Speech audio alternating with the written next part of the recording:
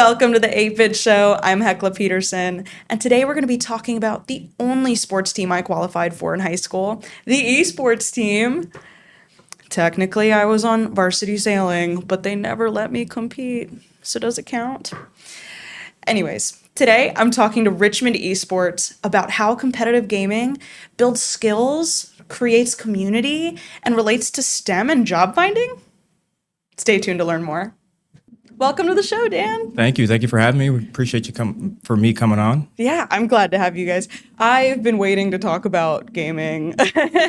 I talked about pinball recently, if people have seen that episode. Yeah. But esports, or you could say competitive gaming, are booming right now. Yes. And I would love to get more people interested in knowing what it is. Yeah. Can you describe it for me? Yeah, so esports or competitive gaming is similar to like traditional sports, right? Players that are interested in a particular game get good at the game, right? And they want to compete against other players that are just as good as them. Yeah. So there's tournaments, there's leagues. We're starting to see high schools and middle schools start esports teams to kind of foster that competitive nature within the kids and the young adults. So yeah, it's basically just competition around video games. Yeah. So for parents who maybe don't, maybe their kids are interested, but they don't really know what's up, is the team building similar to sports? Like, is there a personal aspect? Absolutely. So it depends on the game, right? Okay. So I always try to compare to traditional sports, right? Yeah. Basketball is basketball, baseball is baseball, right? With esports or competitive gaming, you have multiple different types of games. You have single player games like fighting games, Tekken, Street Fighter, things like that, Mortal Kombat. Then you have team-based games. One popular one right now, Marvel Rivals, right? Yes. That's a 6v6, right? So that's going to be more team-based. Yeah. So you get kind of a spectrum of both. So it just depends on what your son or daughter is interested in.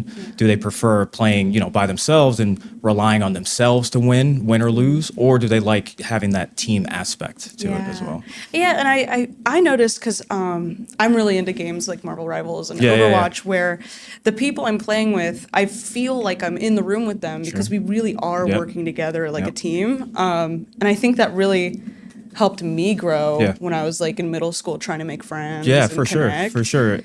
How do they relate? Because this is new to me and I'm very excited about this. You relate esports to STEM. Yes. How does it relate? So it's, I would say, esports and gaming is the T in STEM, right? The technology piece. So a lot of these games are designed and built on computers, right? You have to know software, you have to know graphic design, you have to know all these different things related to, and now AI, right? They're going to start integrating AI into NPC characters and things like that in video games. So understanding technology, being comfortable with computers and software.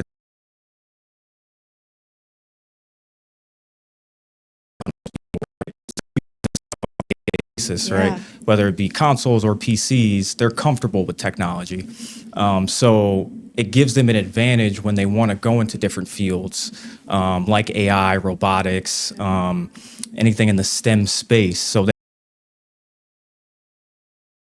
go into basically. Yeah. So it's kind of teaching skills. Absolutely. Like I feel like I got a lot of my media literacy from gaming. Yeah, absolutely. You've talked to me about a new platform that RVA Esports is developing called the Esports Starter Kit. Yes. Can you talk a little bit about that? Yeah, so it's it kind of goes back to what I was saying before, right? With the combining the gaming and education and technology and kind of combining all those things and helping, kids, young adults, or even older adults, right? Say, okay, I like playing these types of games. Yeah. Right? How do those skills from that game translate into real world application? Right? So our tool does three different things as it stands right now. We're going to build on it as it grows. So first off, it has a calendar on there to give dates, times for actual in-person live esports events in Richmond and around the country. So if you're a competitive gamer and you want to test your skills, You can go onto our calendar, say maybe this weekend I'm free. Is there anything going on? And you can look and see and maybe register and go compete. That's right? really cool. Which is really cool, right?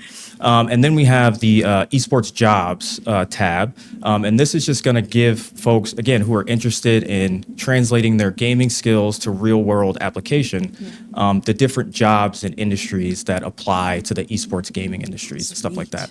And they can look for job openings, maybe apply, things like that. And they give them kind of an idea of the path they want to go on. All right. And then the last piece is our STEM pathways. So if you're a gamer and you're like, I love playing fighting games or I love playing, first person shooter type games, what skills am I learning playing these games and getting better at them, and how do they apply? So you can click on the different types of games you like, and we have an AI model in the background that'll actually generate and tell you, okay, these are the skills you're learning playing these types of games, and these are the industries that they apply to. Yeah. I think that's really cool because this even can open up fields to people that they thought might never be. I think earlier you talked to me about air traffic controller. Yes. Like if I was like in middle school playing games and I just found this app, that would open a whole new world of opportunity to me. Yeah. And there's a lot of other, industries that connect to gaming, writing. Right? People don't realize this, right? So a lot of these first one-player games have really in-depth stories. Someone has to write those stories, Yeah. right? So if you're really into writing, fantasies type stuff, you would fit right into a gaming company. Graphic design, video editing, like I said, AI prompting, that's going to be a big thing in the gaming industry here, probably in the next 5 years. Yeah. We're going to see the integration of AI into the NPCs and the enemies of the games, so they actually think in real time and adapt to the player and things like that. So there's a lot of connections that I think a lot of people don't realize there are. That's what we're here to do, to kind of show them those connections and I feel open like those doors. now it's even more expanded because, and this is happening in TV too, but indie game development is so popular. I think someone in Richmond just made a game where the map is Richmond. Yeah. Oh, And that's it's really so cool. I have to look that up. That's pretty cool. Yeah. Indie games is getting bigger and it's only going to grow, right? Yeah. So one of the things that just gaming in general has hit like this precipice where technology is accessible to more people to make these things. So you're going to see it expand. So 10, 15 years ago, the computers needed to make these types of games. A handful of companies had access to them, right? Now computers are so advanced, and again, with AI integration into computers and things like that, you can code and make video games and do graphic design 10 times faster, right? You don't need all the industrious equipment that you used to need years ago. So we're starting to see more, 2 and 3 groups of people designing games, right? And it's only gonna grow. Yeah, I think it's so cool that more people have access to absolutely. creating what they want to create. So moving forward, I know RVA Esports is RVA Richmond.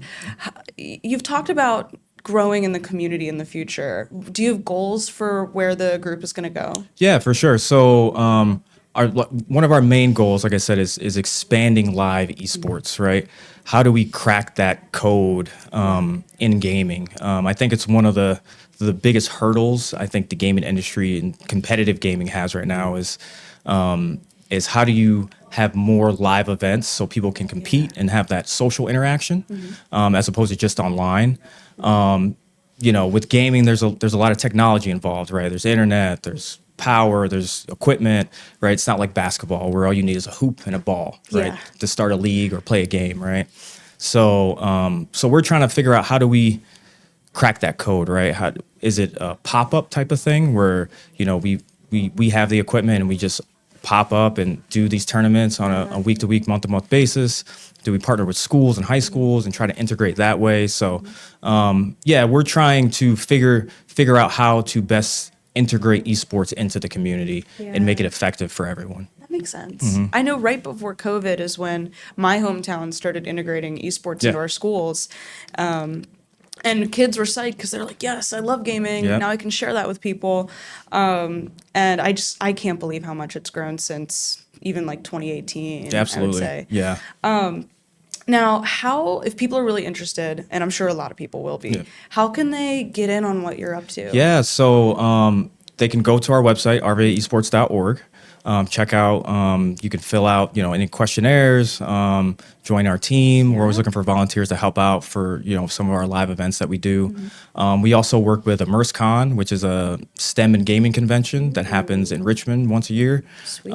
That's where we hold our RVA Esports Championship every year. So we had 2025 this year at the Hilton and Short Pump at ImmerseCon, and then 24 we were in Henrico. So we're planning on 26. So you can check out immersecon.com as well, and join our team and kind of check out what we're doing. But if you really want to get involved, and your local high school or middle school doesn't have an esports club or team, talk to your administration. Say, we want to start this. And if they have questions on how to start it, they can reach out to us and we can kind of help them and guide them through that process on what they need to kind of start these things. It'd be so cool to say that you founded an esports club at your school. Now, can you talk a little bit about what the championship is and how that goes? Because those are electric. Yes. So the RVA Esports Championship is a cross-genre competition.